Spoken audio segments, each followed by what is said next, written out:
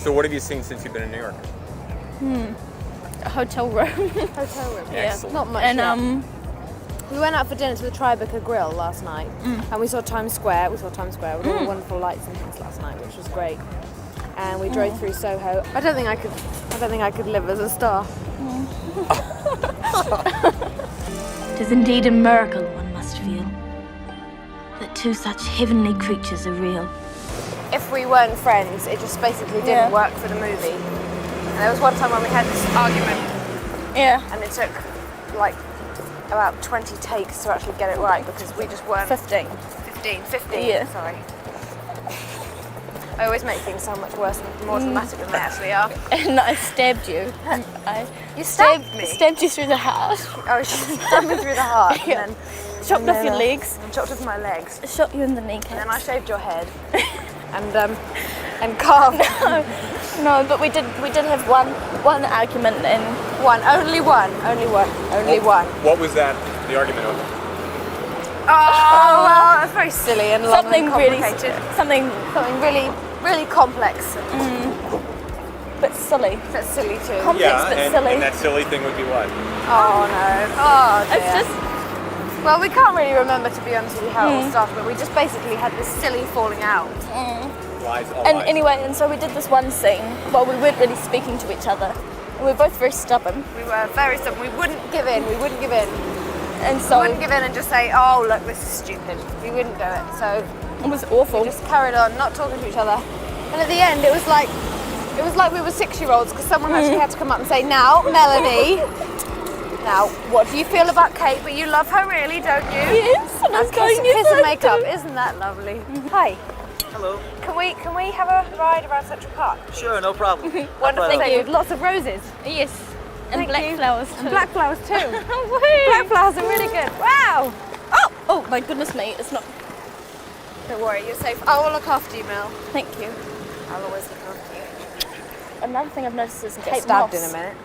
Kate Moss is all over the place. Moss She is was on everywhere. billboards and on the sides of buses and She's everywhere. on bus And you know you stops. have the Obsession advert, and she's in the Obsession advert. We don't have any kind of adverts. with Oh well, Kate we Moss in. do, but she's not. No, we don't. Us. Do you have any obsessions? Oh yes, I'm obsessed with Mel. I'm obsessed with Beck.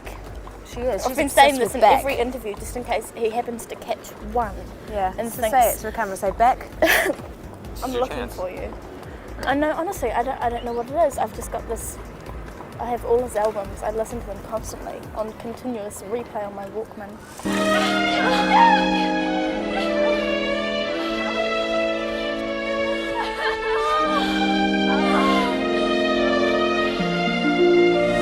The reason why their friendship was so kind of huge and intense and full and wonderful, really, was because they were both incredibly insecure and they'd never really had total kind of security Love, in the way really. of they I think never had they- total love. What they were shown. looking for, they sort of found in each other, and they really clung to that.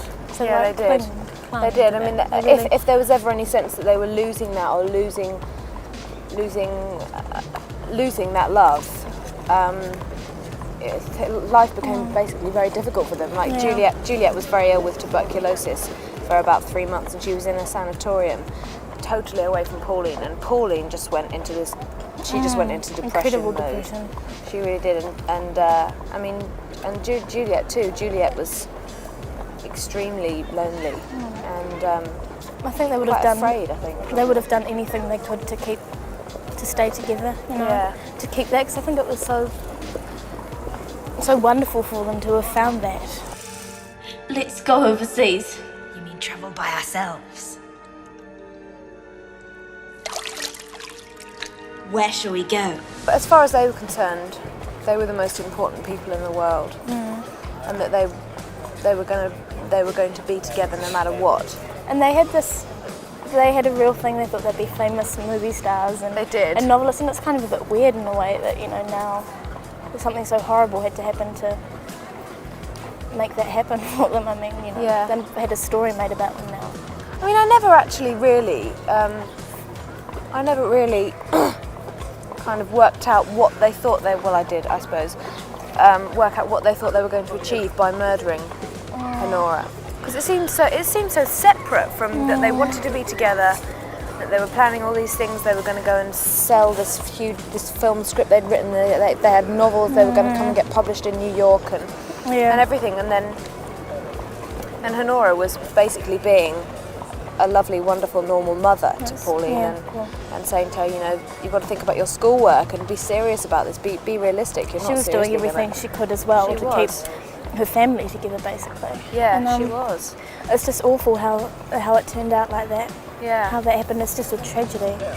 It's a 3-act story with a tragic end.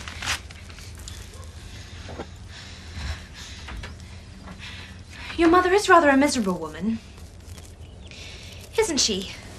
Pauline became so obsessed with Juliet's family as well, with everything that they had, and you know, she thought that it was just their lifestyle was just so much huger, so much better than her own, and she just really wanted that. I mean, because you know, it involved Juliet, and it was just this wonderful life that she'd never really experienced.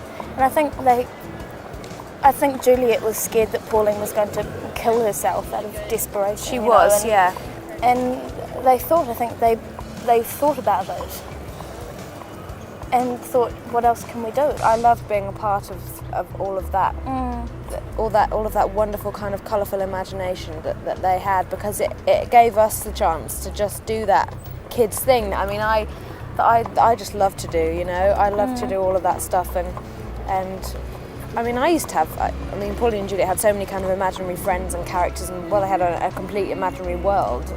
And it was all sort of worked out and planned who was in that and what the characters were called and things. And I had 2 imaginary friends when I was little. I told you about this. They were called Corey and Dork. It was brilliant. It was wonderful. It was brilliant. And also because Peter, the director, was just so...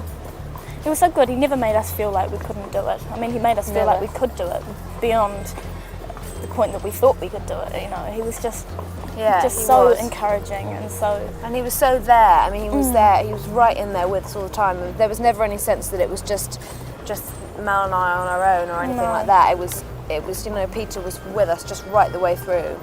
It was like, he was like a guardian angel. Gina, please don't cry.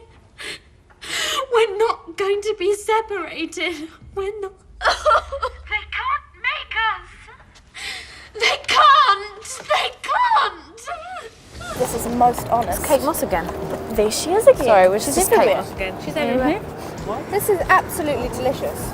It's so fascinating when you come to another city or another country and you see all the different things, like all the little different kinds of sweets you have and crisps and all that stuff. I'm always so fascinated by that, and all the different kinds of chewing gum and the different designs of the drink cans and things like that. Okay. Thank you. Thank you, E.T. It's been great fun. Thank you for the lovely carriage ride and showing us New York. Yeah, it's been a now lot of fun. We've just got more important things to do, haven't we, Mel? We have to get down to some serious shopping. Ciao.